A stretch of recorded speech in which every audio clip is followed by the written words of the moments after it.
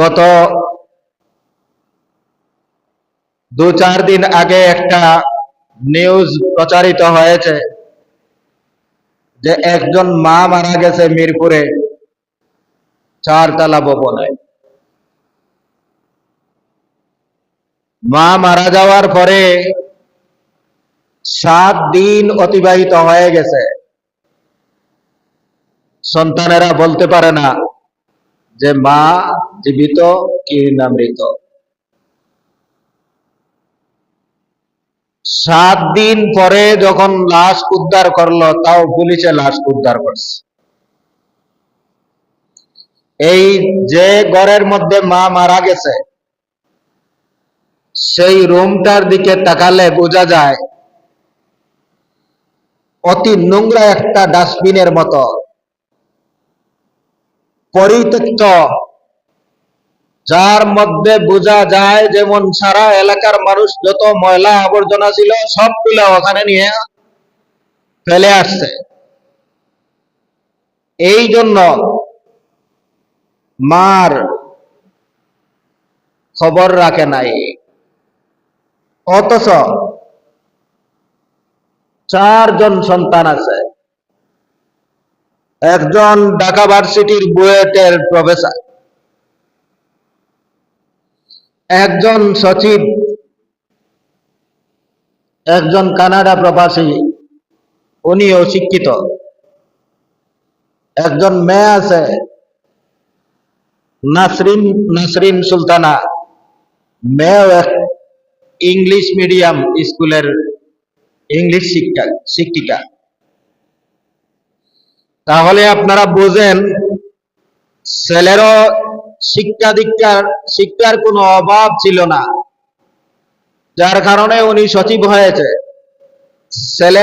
দ্বিতীয় ছেলের শিক্ষার কোনো অভাব ছিল না, যার কারণে তিনি বুয়েটের মতো ইঞ্জিনিয়ারিং একটা বিশ্ববিদ্যালয়ের প্রফেসর, শিক্ষার্থী নয় প্রফেসর। যিনি কানাডা প্রবাসী, তিনিও অর্থের কোনো অভাব, যোগ্যতার কোনো অভাব, আকল জ্ঞান বুদ্ধির কোনো অভাব ছিল না। যে মেয়েটি একজন ইংলিশ মিডিয়াম স্কুলের শিক্ষিকা হতে পারে, ওই মেয়ের কি শিক্ষা দীক্ষার অভাব ছিল? যথেষ্ট শিক্ষা ছিল। এখন মনে করেন ওনার মাও একজন শিক্ষিকা ছিল, যার ফ্যামিলি বর্তমান জগতের আধুনিকতার গ্রেডে সারা ফ্যামিলি শিক্ষিত বলা হয়, কিন্তু ওই শিক্ষিত ফ্যামিলির একজন শিক্ষিত মা মারা গেছে। এই শিক্ষিত মা তার সন্তানদেরকে শিক্ষা দীক্ষা করাইতে কি পর্যন্ত পরিশ্রম করতে হয়েছে। বছরকে বছর, মাসকে মাস, সপ্তাহকে সপ্তাহ সন্তানদের পিছনে, সন্তানদের লেখাপড়ার পিছনে নিজের জীবন বিলিয়ে দিয়ে ওই সন্তানদেরকে আপনাদের বাসায় প্রতিষ্ঠিত করেছে।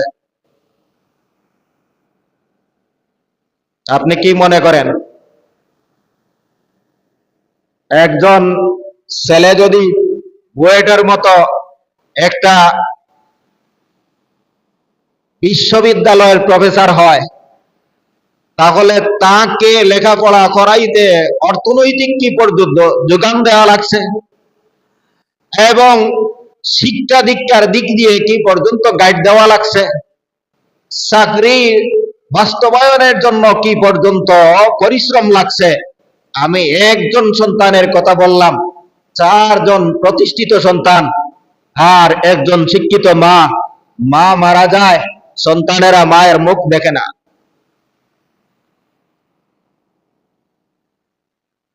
শিক্ষার কি অভাব ছিল?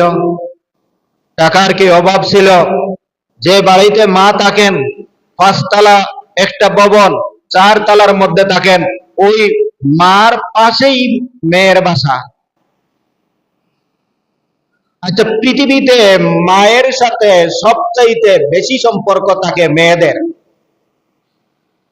ছেলেরা অনেক সময় দূর দূরান্তে থাকে, যার কারণে আদর আপ্যায়ন মহব্বত খিদমত সেবা ছেলের চাইতে মেয়েরা বেশি করে, কিন্তু উনার একজন মেয়ে থাকা সত্ত্বেও মা মারা গেল, আর কি পর্যন্ত 8 দিন পরে লাশ উদ্ধার হলো। 8 দিনের আগে উনি যে মুমূর্ষ অবস্থায় ছিলেন, উনি যে সকরাতুল মউতের মধ্যে ছিলেন, উনি মৃত্যুপথের যাত্রী ছিলেন, 6 দিন এই অবস্থায় না খাইয়া মারা গেছে। এক চামচ পানি দেওয়া ওর মুখে হয় নাই। পৃথিবীতে এর চাইতে দুঃখজনক কলঙ্কজনক অধ্যায় আর কোন জাতির জন্য নাই। মরণের সময় সারা প্রতিবেশীও আসে, একটু সেবা করা যায় কিনা, একটু সহযোগিতা করা যায় কিনা। অনেক লোকেরা আসে, প্রতিবেশীরা আসে, কোরআন তেলাওয়াত করে যে আমরা কায়িক ভাবে দৈহিক ভাবে কোনো আরাম দিতে পারবো না, ওনাকে আমরা যেভাবে সেবা করব ওই সেবার দ্বারা তিনি আরাম পাবেন না। আমরা কি করি, সূরা ইয়াসিন পড়ি, কোরআন তেলাওয়াত করি, যাতে ওই মানুষটার রূহ কবজটা আসানের সাথে হয়, সহজে হয়, মনের মধ্যে একটু আরাম পায়। উনি আখিরাতের পাড়ি জমাচ্ছে। কতদিন পর্যন্ত না খাইয়া যে মা মারা গেল, কিন্তু সন্তানেরা দেখে নাই। মা মারা যাওয়ার 8 দিন পরে লাশ পচিয়া দুর্গন্ধ ফুকায় ধরছে বাসার মধ্যে, কিন্তু ওই সন্তানেরা কবর করে নাই। পৃথিবী যতই আধুনিক হচ্ছে, দেশটা যত ডিজিটাল হচ্ছে, অনেক সুযোগ সুবিধা, অনেক কিছু উন্নত হচ্ছে। আপনার আমার অনেকের মা বাবা আত্মীয় স্বজন দেশে বাড়িতে আছে, ঘন্টায় ঘন্টায় তাদের সাথে যোগাযোগ রাখতেছি যে কি অবস্থায় আছেন, খাওয়া দাওয়া করছেন কিনা, আরাম করছেন কিনা, ঔষধ খাচ্ছেন কিনা, সব কিছু সব সময় যোগাযোগ রাখতেছে। এমনকি যদি অনেক ব্যক্তি আছে যারা তার বিদেশের মাটিতে থাকে কিন্তু ফ্যামিলি বাড়িতে থাকে, অনেক ঘন্টার পর ঘন্টা বাড়ির সাথে আত্মীয় স্বজনের সাথে যোগাযোগ রাখতেছে কোন অবস্থায় কে আছে। কিন্তু ওরা 4 জন সন্তান, একজনও মায়ের খবর নিল না যে মা কোন অবস্থায় আছে। শিক্ষার কি অভাব ছিল? বলেন তো, শিক্ষার কি অভাব ছিল?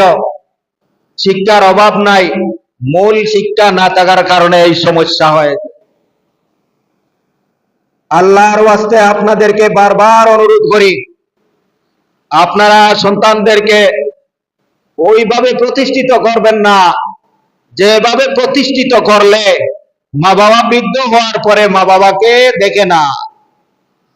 এইভাবে প্রতিষ্ঠিত করার চেষ্টা করবেন না যে মা বাবা বৃদ্ধ হওয়ার পরে আর নিজের বাসায় জায়গা দেওয়া হয় না।